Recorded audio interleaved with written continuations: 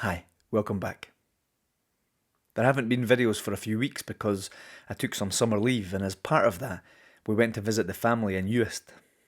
We had a brilliant time, but I also learned that almost 50% of the people who watch these talks on YouTube all come from my family in Uist. So thanks very much to them for cheering me up and listening, and thanks to the rest of you as well when you listen or watch. I'm not going to start a new series at the moment, although I will do soon. But this week I wanted to share some reflections on church and church leadership based on a podcast I've been listening to. Like quite a few people, I've been listening to the rise and fall of Mars Hill. Mars Hill was a church that grew from someone's living room into a massive church of thousands and thousands of people. And the story centres around its lead pastor, a guy called Mark Driscoll, who started the church off and became central to its whole existence and direction. He had massive reach and influence across the globe. I remember hearing about him here when I was quite young and studying some of the things that he said and being influenced by them. But eventually stories came out which alleged the abuse of power and maybe bullying in the organisation, and eventually the church fell apart. It's a real tragedy of a story. Now, as the pastor in a small town of a tiny church, it's easy to get a little sense of pleasure when mega churches fail. But obviously that's the completely wrong response to the situation, because when something like that happens, it's a real tragedy for so many people. It's devastating for so many of us. It's damaging often for the kingdom. And it seems to be happening a lot right now. There are so many stories of churches or pastors failing. There have been stories or allegations made against Bill Hybels. There have been allegations against Ravi Zacharias and his ministry.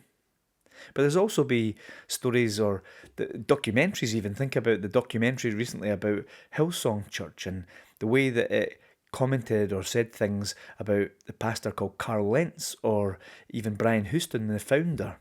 There are big questions there, and the BBC documentary was really challenging, but it alleged some pretty difficult things to hear, pretty damaging things.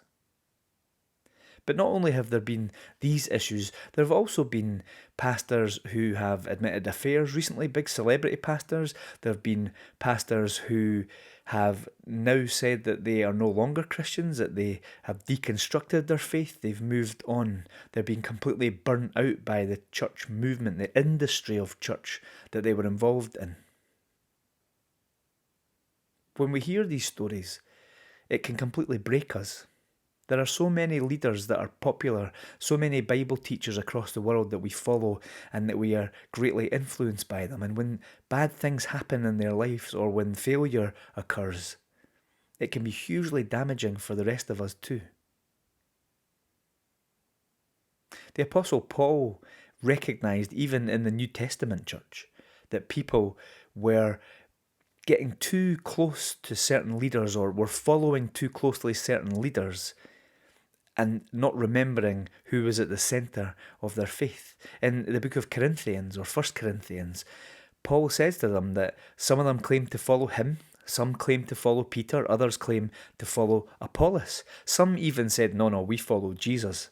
But Paul seems to take that maybe with a pinch of salt. Maybe they're trying to be one up on everybody else, that they are the ones that followed the true Jesus and no one else does. Paul tells them that their leaders are simply doing a job.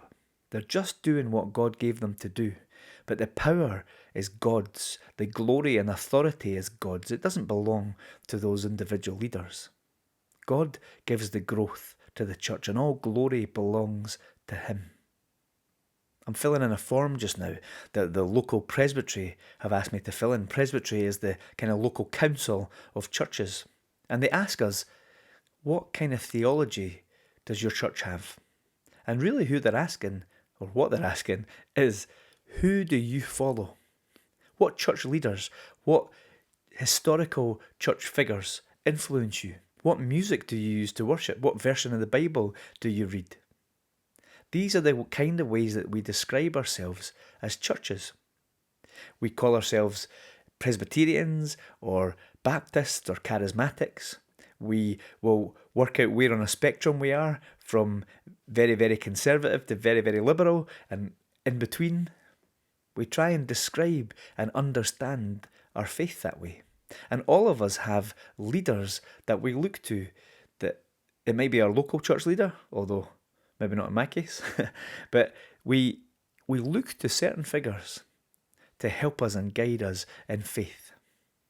I've been asked before, is it possible to preach a sermon and not mention Tom Wright? Or maybe not mention Tim Keller or C.S. Lewis? These are some of the guys that have influenced me in how I understand the Bible, amongst others. We have people that we follow who influence us and who we look to for guidance, for wisdom, for inspiration. It is important who your influences are. It matters what we sing in church. It matters what our theology is like. It matters who we choose to influence us as teachers or as guides. But we always have to remember to put what is first. Like the Apostle Paul said, it is God that gives the growth. God is at the very centre of our faith, and he must not be clouded out by any other influences.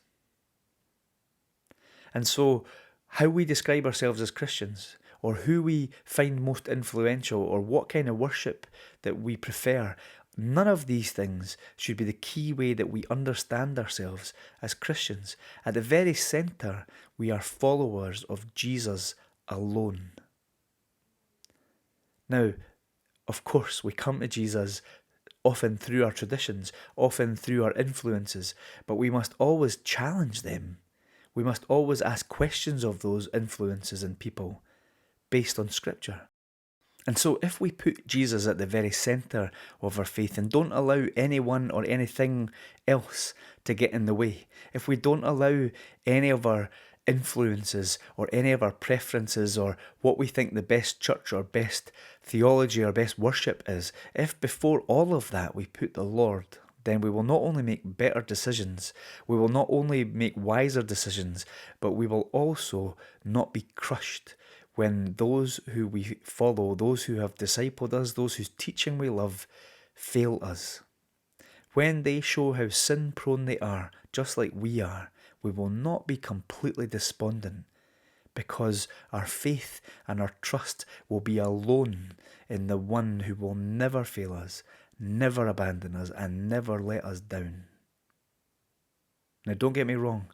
It matters what we believe. It matters what our theology is. There are better and worse ways to follow. There are better and worse ways to worship. There are better and worse theologies that are more or less faithful. But we must never allow them to take the place of Jesus, because he is the only one on whom we can depend.